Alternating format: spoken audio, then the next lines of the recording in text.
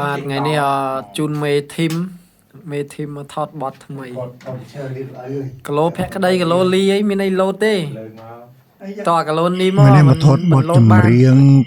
cover មកបត់នៅក្នុង studio របស់ច័ន្ទអឿនហើយ studio របស់ច័ន្ទអឿននេះបងប្អូនប្រហែលជាស្គាល់គាត់ហើយអ្នកចម្រៀងអ្នកដែលស្រឡាញ់ការច្រៀងក៏ដូចជាអ្នកដែលចូលចិត្តច្រៀង cover ច្រៀងបត់ melody ធ្វើភ្លេងអីគឺគាត់មាន TikTok ឈ្មោះថាជាងសំឡេងហើយ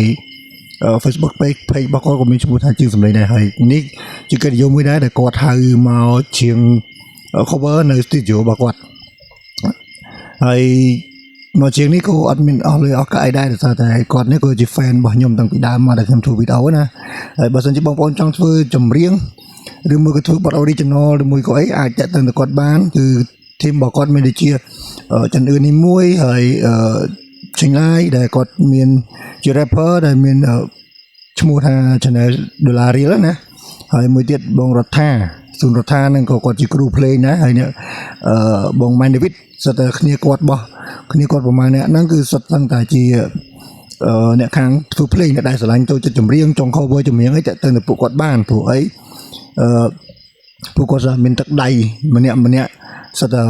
4-5 ឆ្នាំ5-6 7ឆ្នាំឡើងមកហើយពួកគាត់តែមានទឹកដៃណាហើយនេះសកម្មភាពដែលខ្ញុំថតចម្រៀង cover ថត cover នេះថតលក្ខណៈបែបផុសទៅគ្រាន់មើលខ្លួនឯងចឹងណាបងប្អូននេះចឹងវីដេអូនេះមានតែប៉ុណ្្នឹងទេអរគុណច្រើនជំរាបលាបាយបាយ